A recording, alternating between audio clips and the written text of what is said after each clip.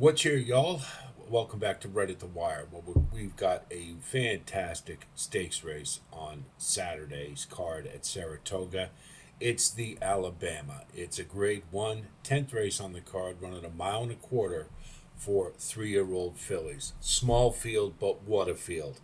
Lara, Nitrogen, Good Cheer. I mean, just that's a fantastic field. And race shape wise, you've got the immovable force against the irresistible object, or however you want to put it, because you've got a lone speed in Lakara, and then you've got uh, presumably your off the pace runner in Good Cheer, and we'll see which one wins out. Now, it's a little more complicated than that, and you look at this race, and it it it's certainly a very tall order for Lakara to take them all the way at a mile and a quarter, and I don't think she can do it, not with the kind of firepower that's behind her.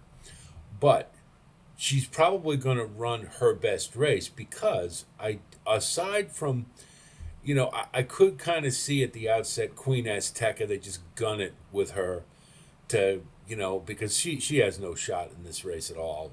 Doesn't have the pedigree for a mile and a quarter. She's coming from Sweden. Uh, ran the Jockey Kluben Svensk Derby.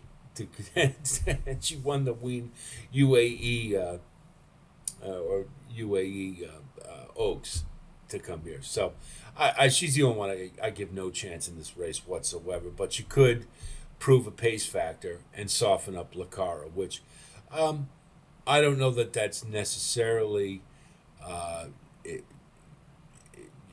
is necessary for Lakara. I mean, I just don't think she can take them all the way at a mile and a quarter. But being free on the lead, she's going to run her best race. And I don't think she's going to get a whole lot of pressure, aside from perhaps Queen Azteca, would be my guess. So it's a good race shape for Lakara. I just don't think she can take them all the way, especially coming off a career high Brisnet number and then having to kind of go to the bench uh, because of the quarantine issue, which certainly is not. She can't be blamed for that. It has nothing to do with her, but it does interrupt training a little bit. Mark Cassie has expressed some concern about it, but I think again the race shape lends me to believe that Lakara will run a pretty good race. I just don't think it's good enough to take them all the way, but we're certainly going to use. Nitrogen has never run on dirt.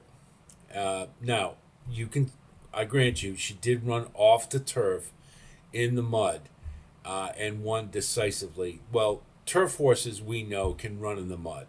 They've had, on occasion, turf horses run the Kentucky Derby when it's been muddy and done pretty well. Patio Prado from a couple of years ago finished third.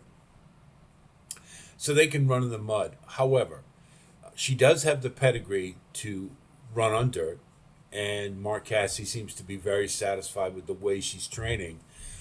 This is an ultra talented horse. I mean, I've seen this horse has been hand ridden in graded stakes races to win. You don't see that too often. Now, they've been on the turf, but if she can replicate that on the dirt, everybody's playing for second. And I think that's what's going to happen. This is a really special horse. Um, I've been on her ever since the Ginger Brew when I just watched. I just couldn't believe that the jockey had such confidence that he could hand ride a horse in the stretch without using the whip. I mean, that's pretty damn impressive. And this horse has just done, this is another hill to conquer. She's done everything she can do in the filly, the 3-year-old filly turf division. Why not give it a shot?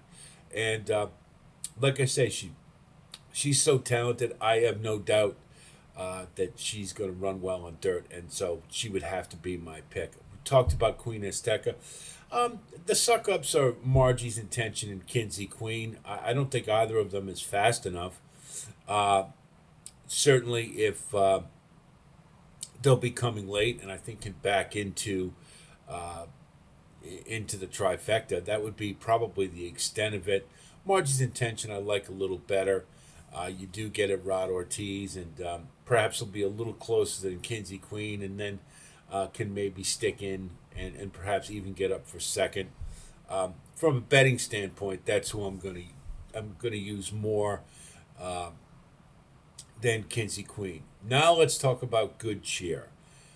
Okay, Good Cheer.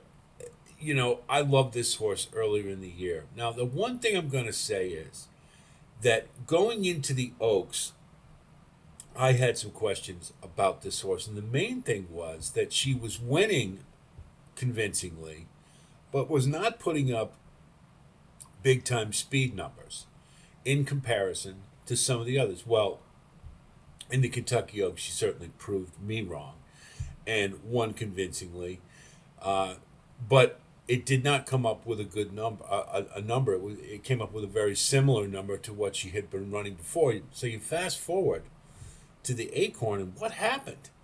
Was it the mud? Well, I don't think so, because she won the Kentucky Oaks on a wet, fast track.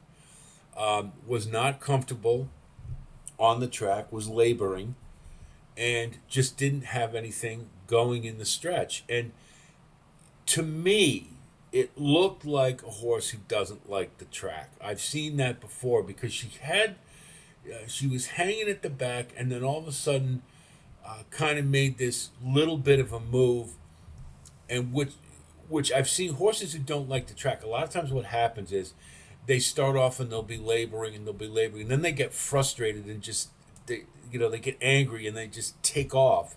But ultimately it gets the better of them because they don't like the track. So you see a little spurt there that tells you maybe it was something else, but what it came down to was they just don't like the track. I have a feeling that's the case with Good Cheer. She ran her race. I didn't see anything plausible, wet fast as opposed to sloppy. I think she can run on either. So it's enough for me to try to beat her. And I don't have any doubt about Nitrogen's form at all. And for that reason, that's who I'm going to go with. Now, what do I...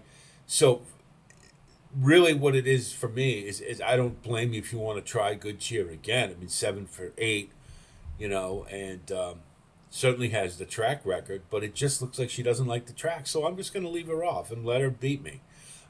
There's going to be short prices in this race all the way around.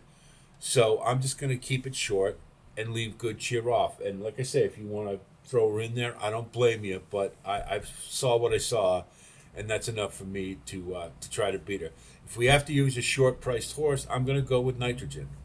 I just think this horse is, just ultra talented, and I've only bet against her once, and I was proven right. But Fion beat her, but it was with a different horse that I had. So anyway, I think she's going to bounce back here. The price, hopefully, Good Cheer is going to take the majority of the money, so we get a halfway decent price. But it's going to be short.